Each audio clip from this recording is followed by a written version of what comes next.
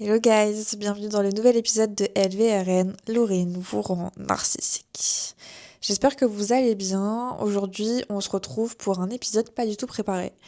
Donc ne m'en voulez pas si ça part un peu dans tous les sens. Je vais essayer quand même d'avoir un thème principal, c'est-à-dire l'authenticité sur les réseaux sociaux.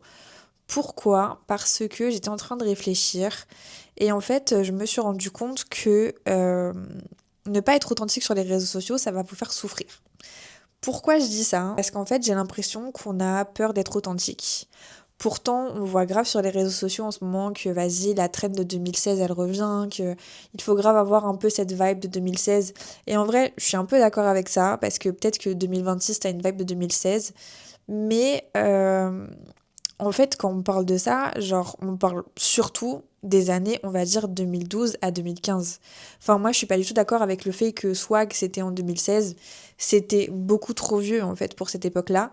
Et en fait, la dernière fois, je me suis dit, mais meuf, en fait, genre, tes réseaux sociaux, c'est tes réseaux sociaux. Ça veut dire que si demain, t'as envie de faire un truc et que les gens aiment pas, c'est pas ton problème. Je trouve que, en fait, l'un des problèmes qu'on a avec ce problème d'authenticité, c'est qu'on a peur d'être vu et que du coup, on ne poste plus. Pourquoi? Alors, je pense qu'il y a plusieurs choses. Je vais déjà peut-être en lister deux. Mais la peur d'être vue, pour moi, elle part du principe que c'est pas assez bien pour que ce soit posté. Sauf que cette peur de ne pas faire bien et du coup cette perfection, elle te pousse à procrastiner. Sauf que la procrastination, elle t'amène à trop regarder un peu ce qui se passe, à ce que ce soit parfait, etc. Et en fait, du coup, ça devient un cycle un peu vicieux puisque du coup tu ne sors jamais de ça. Ce que je veux dire en tout cas aujourd'hui, c'est que je pense vraiment que arrêter d'être perfectionniste et poster quoi qu'il se passe, c'est vraiment l'une des choses qui va vous faire débloquer quelque chose. Je sais que moi ça m'a beaucoup aidé, sachant que des fois c'est pas carré. La dernière fois je me suis rendu compte qu'il y avait des fautes d'orthographe sur un des posts, je me suis dit mais meuf en fait genre comment ça tu te relis pas?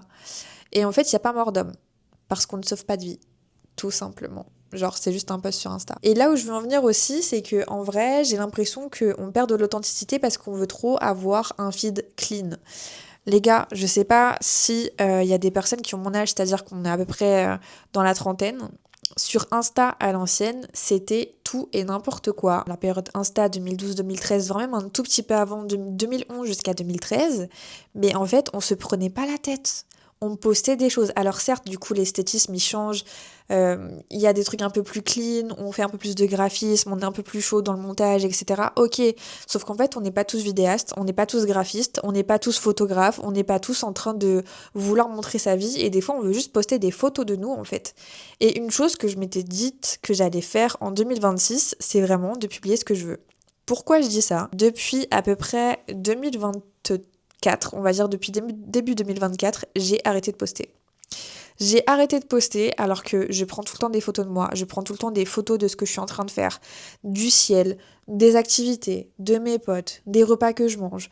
Bref, je documente beaucoup ma vie, mais je le montre pas. J'ai commencé à soit tout supprimer sur Insta, soit arrêter de poster pour que, en fait, du coup, je passe un peu sous les radars et qu'on puisse pas savoir ce que je fais. Le souci dans ça, c'est que, en fait, la dernière fois, j'étais en train de regarder mes photos, etc., parce que j'étais en train de préparer mes posts, etc. Et je disais à mon mec, je dis, mais en fait, tu vois ça, c'est magnifique. Et en fait, j'ai pas fait de vidéo, j'ai pas posté, j'ai rien fait. Alors qu'en fait, c'est super beau, c'est des beaux souvenirs que je voulais partager, et en fait, je le faisais pas. Pourquoi, même en 2025, je le faisais pas? Donc en fait, je suis même pas restée un an à ne rien poster, je suis restée 2 ans à ne rien poster. Et en fait, on s'est dit, bah ouais, genre c'est chaud. C'est chaud, pourquoi tu postes pas en fait? Pourquoi tu postes pas? T'as peur de quoi? Et en fait, je pense que c'est même pas la peur, c'est juste le fait de se dire, ouais, j'ai envie d'être un peu low-key, un peu craré, les gens ils savent pas ce que je fais, blablabla. Alors, c'est cool sur le papier. Et je suis pas en train de dire qu'en fait on est obligé de poster, et si demain t'as envie de documenter ta vie et que t'as pas envie de la poster sur les réseaux sociaux, c'est cool. Sauf que moi, du coup, en fait, genre, pourquoi je parle de ça? C'est parce que je suis toujours en train de me plaindre du fait que je n'ai jamais de photos, que je n'ai jamais de vidéos, que je n'ai jamais de contenu pour faire des choses et pour aussi mettre en avant mon podcast. Sauf que la vérité, en fait, elle est tout autre. La vérité, c'est juste que tu as la flemme et que du coup, tu procrastines parce que c'est pas assez parfait pour toi. Sauf que du coup, rien ne sera parfait. Rien ne sera jamais parfait. Et en fait, plus je m'émancipe de ça, bah mieux je me porte et plus je poste. C'est super compliqué pour moi de poster, sachant que je suis une perfectionniste et qu'en plus de ça, c'est moi qui fais la créa, c'est moi qui fais la DA, c'est moi qui fais la stratégie, etc. Et du coup, si ça marche pas, bah en fait, c'est un peu de ma faute. Tu vois ou pas? Sauf que, du coup, il faut aussi que j'apprenne que les contenus, c'est fait pour être regardé, c'est fait pour être liké. Et en fait, un truc de fou, c'est que des fois, tu te rends compte, genre, allez, vas-y, tu fais un post, tu mets le post en story, il y a des 400 personnes qui regardent tes stories, et en fait, tu te retrouves avec 90 likes. Et t'es là en mode, mais pourquoi vous faites ça, genre? Et en fait, tu vois, tout ce truc de... pour moi, ça, c'est des vampires énergétiques. Et en fait, c'était ce qui me faisait un peu peur dans le fait de poster, c'était que, en fait, des fois, il y a des gens qui peuvent te porter l'œil juste en regardant tes publications, en regardant tes photos, etc. Et en fait, du coup, tu leur partages quelque chose. Sauf que, du coup, tout est énergie, on est d'accord. Ce qui signifie que, comme tout est énergie, bah, en fait, les gens peuvent avoir accès à toi. Et en fait, si tu te protèges pas, ben du coup, c'est un peu problématique. Sauf que moi, du coup, j'ai pris ça au pied de la lettre et je me suis dit, mais en fait, jamais de la vie, les gens, ils sauront ce que je fais, blablabla, c'est trop, etc. Non, non, non. J'ai fait une petite recherche sur les vampires énergétiques qui sont toujours là en train de regarder ta story, engagés avec ton contenu, par contre, jamais. Et du coup, ça s'appelle les monitoring spirits. Je connais pas le nom en français, en fait. Je crois que si tu traduis ça, c'est un peu bizarre, ça fait des esprits de surveillance, mais je suis pas sûre que ce soit ça. En fait, du coup, ces personnes, elles sont considérées comme des forces invisibles ou incarnées par des personnes qui vont observer ta vie par jalousie, par besoin de contrôle ou par mauvaise intention. Sur les réseaux sociaux, ils se manifestent souvent par des personnes qui n'interagissent jamais avec ton contenu, mais qui semblent tout savoir de toi. En fait, des fois, t'as peut-être l'impression que t'as déjà vu ce genre de personnes autour de toi. C'est quand même assez chelou que tu saches autant de ma vie, mais par contre, je te vois jamais liker, je te vois jamais partager. C'est chelou.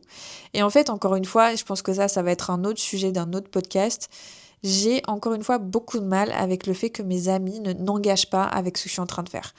C'est gratuit, je te demande pas de payer, je te demande juste de liker, voire même de commenter et encore.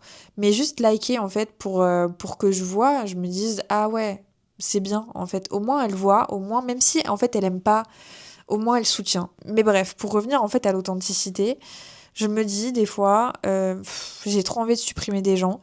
Je le fais assez souvent, surtout des gens en fait qui me drainent.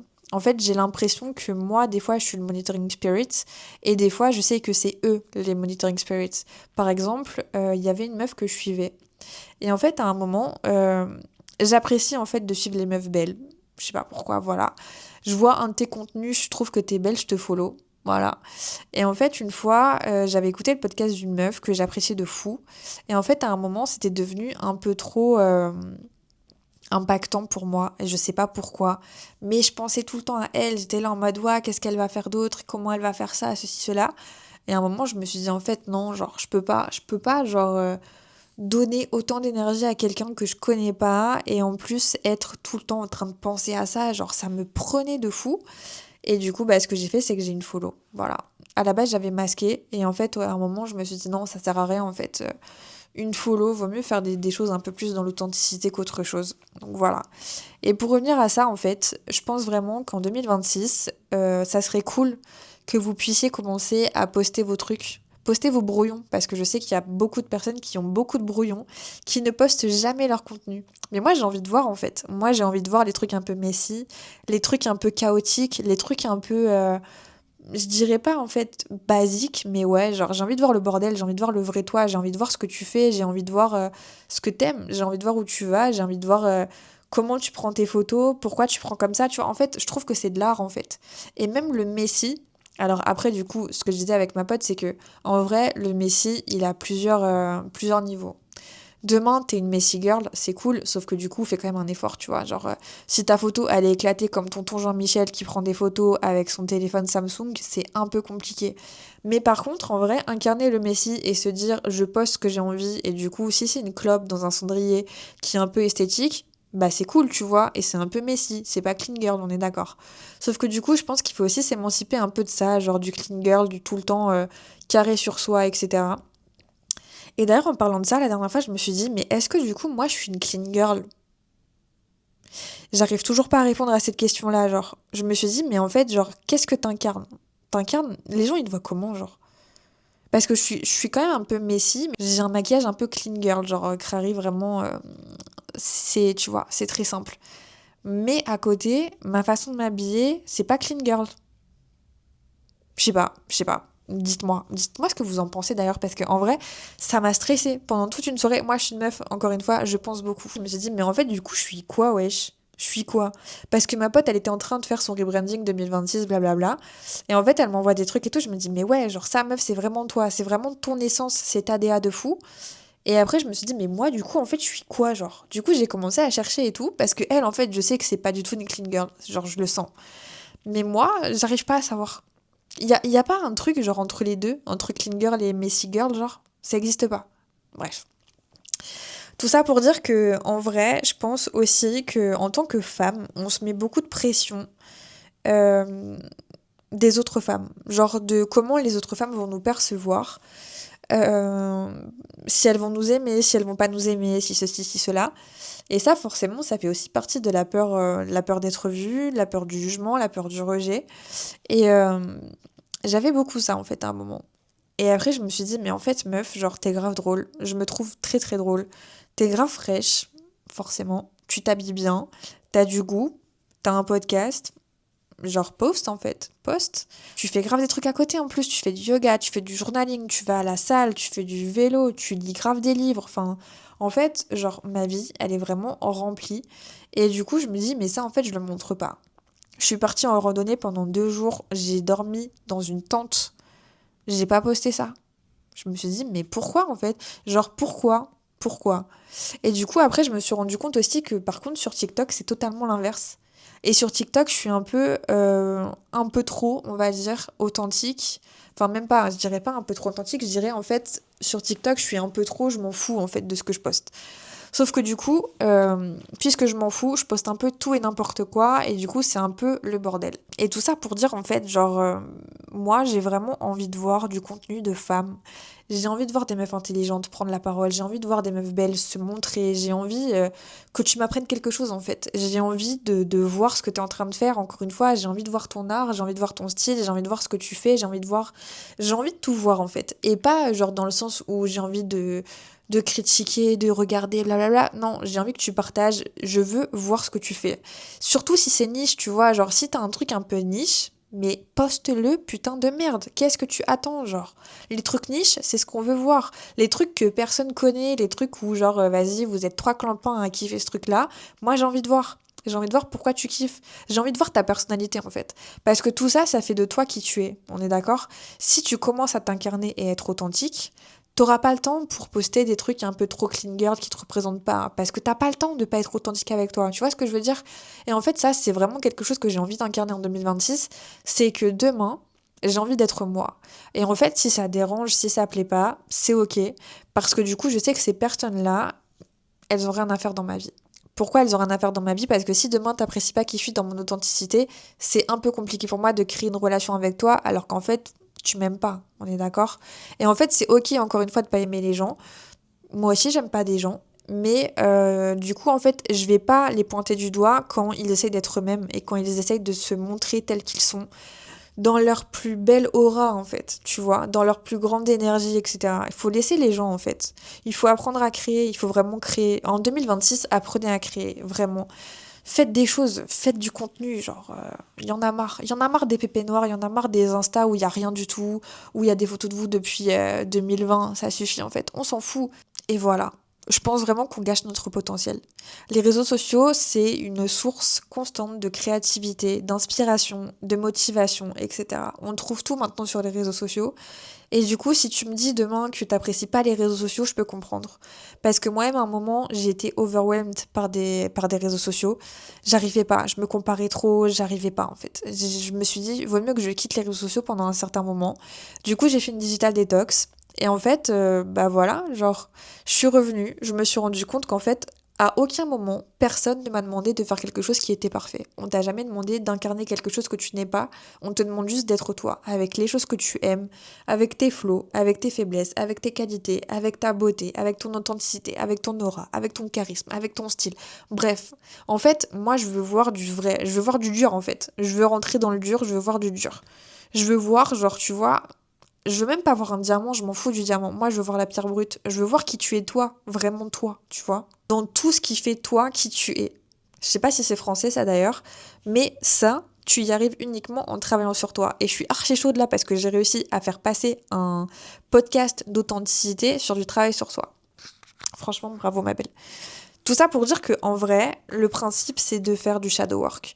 Le shadow work, c'est du travail de l'ombre. C'est en fait ce qui te permet déjà de déraciner un peu toutes les petites choses que tu veux mettre sous terre. Tu vois ce que je veux dire?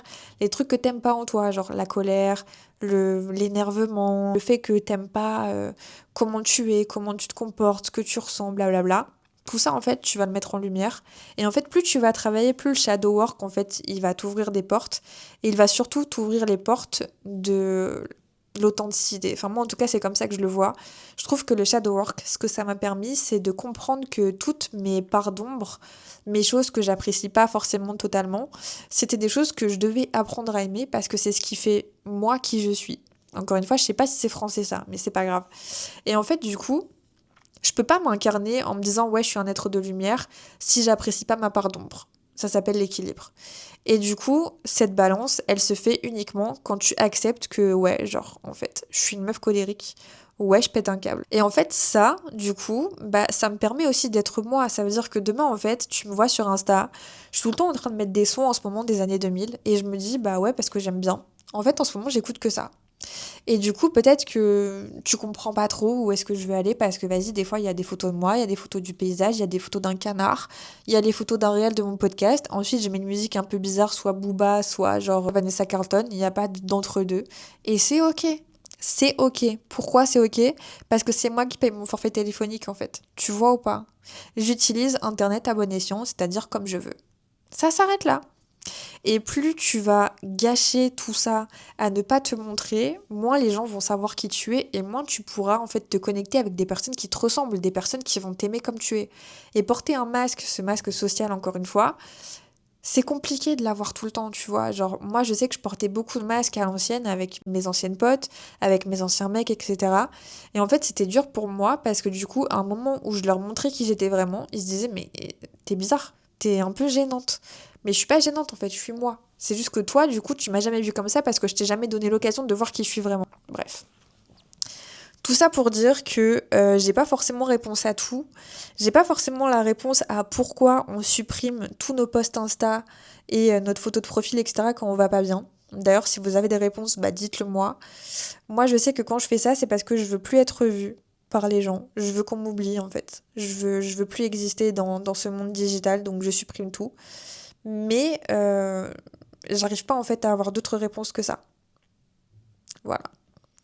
Sur ce, je vous dis à la semaine prochaine. J'espère que vous passerez une agréable semaine. Je vous fais de gros bisous et à bientôt.